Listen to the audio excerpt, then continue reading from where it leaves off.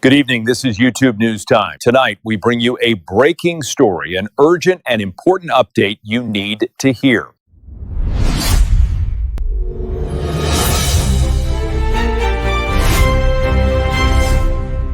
Imagine landing the cover of one of the world's most important magazines. The article is positive. Your work is praised. It should be a moment of glory, right? But for Donald Trump, that cover became his worst enemy. And all because of one angle. A single angle that revealed much more than anyone imagined.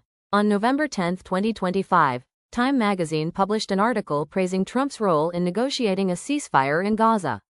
For many, it would be a political triumph worthy of celebration. But Trump wasn't celebrating. In fact, he was furious. The photo chosen for the cover was taken from below, with the sun strategically positioned behind the president's head. Bloomberg photographer Graham Sloan captured the image at the White House on October 5. The goal? To create a sense of grandeur, of power. But the result? Well, the result was something completely different. Trump went straight to Truth Social. No filters. Time magazine wrote a relatively good story about me, but the photo may be the worst ever. And he didn't stop there. They disappeared my hair and put something floating above my head that looked like a floating crown, but extremely small.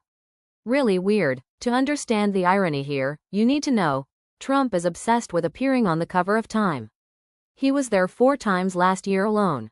In 2017, the magazine had to ask him to remove fake covers he had created and displayed at his golf clubs. This man lives for these covers. And now, the cover that was supposed to celebrate him has become his biggest aesthetic nightmare. But here's what really happened. Carly Earle, photo editor at Guardian Australia, explains, technically, the photo is excellent. They chose this image because they wanted Trump to look heroic. Looking up from below creates a sense of grandeur. The hair disappeared because the sunlight overexposed that part of the image, creating a halo effect. Almost angelic, but, as Earle notes with surgical precision, no one likes to be photographed from below. And while all the conceptual elements of the image are very strong, the aesthetics are not flattering. And the situation only got more bizarre. California Governor Gavin Newsom didn't miss the opportunity. His press office tweeted a version of the photo with Trump's chin and neck pixelated, but perhaps the most surprising defense came from Russia. Maria Zakharova, director of information at the Russian Foreign Ministry, called the choice of photo self-incriminating.